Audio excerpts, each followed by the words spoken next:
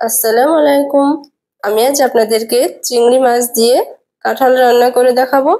তো চলুন তাহলে রেসিপিটা দেখে নিই। তার জন্য আমি এখানে নিয়েছি কাঁঠাল। তো কাঁঠালটাকে আমি এবার কেটে নিব। তো কাঁঠালটাকে আমি কেটে ধুয়ে পরিষ্কার করে নিয়েছি। এবার আমি কড়াতে দিয়ে দিলাম সিদ্ধ করার জন্য। এখানে এবার আমি দিয়ে দিব পানি। এবার আমি দিয়ে দিব স্বাদমতো লবণ, হলুদ গুঁড়ো, চেরা কাঁচা লঙ্কা।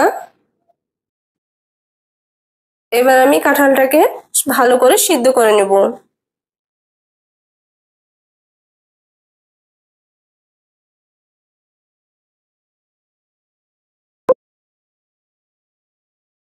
তো কাঁঠালটা আমার সিদ্ধ হয়ে এসেছে। এবার আমি আরেকটু নাড়াচাড়া করে নিব পানিটা শুকিয়ে যাওয়া পর্যন্ত। তো কাঁঠালটা এবার সিদ্ধ হয়েছে কিনা দেখে নিব। তো কাঁঠালটা আমার সিদ্ধ হয়ে গেছে। এবার আমি নামিয়ে নিব। তো এখানে আমি একটা ভাজা মশলা তৈরি করে নিব। তার জন্য প্রথমে দিয়ে দিলাম এলাচ আর জিরে। এটাকে আমি হালকা করে ভেজে নিব।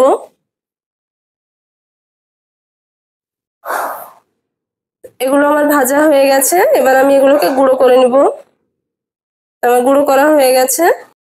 এখানে আমি নিয়েছি চিংড়ি মাছ। মাছগুলো আমি ভালো করে ধুয়ে পরিষ্কার করে নিয়েছি। এবার এখানে আমি দিয়ে দিব স্বাদমতো লবণ, হলুদ গুঁড়ো,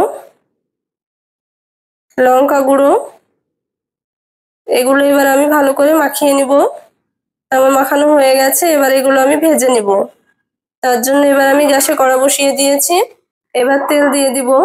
তো তেলটা ভালো করে গরম হয়ে আসলে আমি এবার মাছগুলো ভেজে নিব। তো মাছগুলো এবার আমি ভালো করে নাড়াচাড়া করে হালকা করে ভেজে নিব।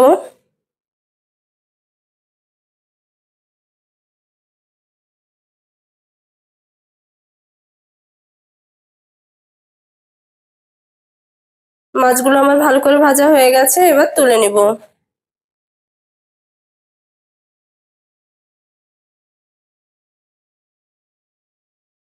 তো এখানে আমি আরেকটু তেল দিয়ে দিব। এবার দিয়ে দিব পেঁয়াজ কুচি, এলাচ আর দারচিনি আর একটা তেজপাতা। এগুলো এবার একসঙ্গে ভেজে নেব।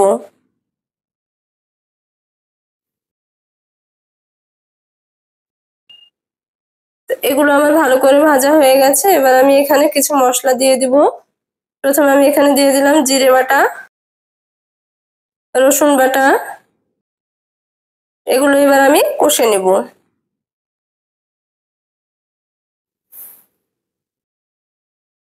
তো মশলাটা আমার ভালো করে কষানো হয়ে গেছে।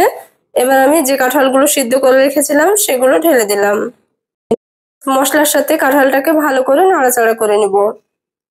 এবার আমি যে চিংড়ি মাছটা ভেজে রেখেছিলাম সেটা দিয়ে দেব। এটাও ভালো করে মিশিয়ে নেব। এবার আমি এখানে দিয়ে দিব সে ভাজা মশলাটা। এটাকে এবার ভালো করে মিশিয়ে নেব। তো রান্নাটা আমার হয়ে গেছে। এবার আমি নামিয়ে নেব। তো দেখলেন তো কত সহজে বানিয়ে ফেললাম চিংড়ি মাছ দিয়ে কাঁঠাল রান্না। এরকম ভাবে আপনারা একবার বাড়িতে বানিয়ে দেখবেন। ভাত, রুটি যেকোনোর সঙ্গে আপনারা এটা বানিয়ে খেতে পারেন। তো ভিডিওটি আপনাদের কেমন লাগলো অবশ্যই কমেন্টে জানাবেন। ভালো লেগে থাকলে একটা শেয়ার করে দিবেন। আর নতুন নতুন ভিডিও পেতে চ্যানেলটিকে সাবস্ক্রাইব করে দিবেন।